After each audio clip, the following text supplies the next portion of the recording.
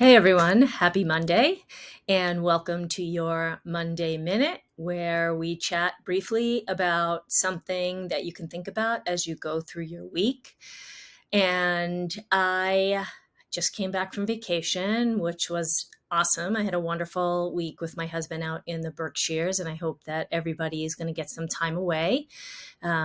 If not in the summer, maybe in early fall. It's so great to step away, for a few days, clear your mind and get refreshed, come back to work.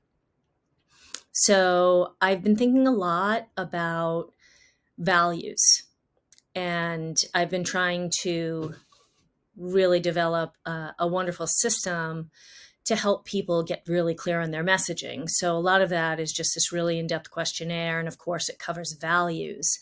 But the thing that I think about with values is once we decide what our true values are, then we have to decide how are we going to implement them, represent them, how are we going to live those values every day? And I think an important part of that, of doing it consistently, is really about your strengths. And we all have strengths. Most of the time, we are not really clear on those or grounded in them. We tend to lean on the self effacing or self deprecating things first, right? Rather than saying, oh, my strength is this and I can accomplish this. And sometimes we're not really sure either, right? Other people can tell us, oh, this is your strength. Or, like when I was raising my kids, my stepmom always used to tell me how patient I was. And of course, it was at a time where I did not feel patient. But the fact that somebody was pointing it out, I thought, well, all mothers are struggling with patience, but apparently I'm doing an okay job with that struggle. So, one of the things I like to urge my clients to do is to take some sort of a strengths test. So, there are a variety of them out there. Most of them have a free version. Some of them have a minimal cost. And I suggest that you do at least one. I've actually taken 3 myself.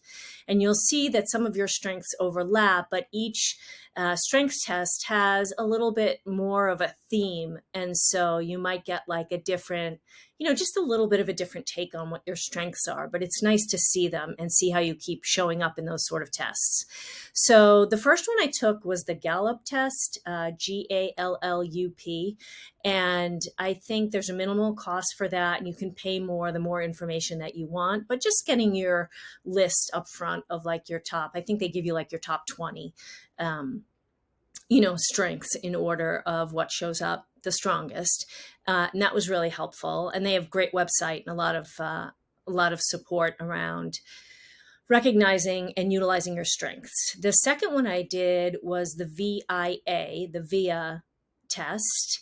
And that was a really great test. And that was, had a little bit more of a personal, emotional twist to it. And the third one that I did was the 16 personalities test. And so I have a list in my office of my top strengths, because when I'm struggling to do something, I can look at that list and say, oh, I'm really good at this. So how can I use this strength to do this other thing? And it's a really great reminder of what you're capable of, especially if you're feeling helpless, right? Or you're just tired or whatever. So I think values are great and really important. I think it's also important to know how are you going to go out into the world and show people those values and exhibit those values. And you're going to do it with your strengths. So consider taking one, if not all 3 of those, and you can explore the internet. There's plenty of strengths tests you can take out there. I'd love to hear it if you take a different one. And I'd also love to hear if you're surprised at the results or not surprised at the results and maybe know yourself pretty well. So think about your strengths in relation to your values as you go through your week. And I will see you all next Monday. Thanks.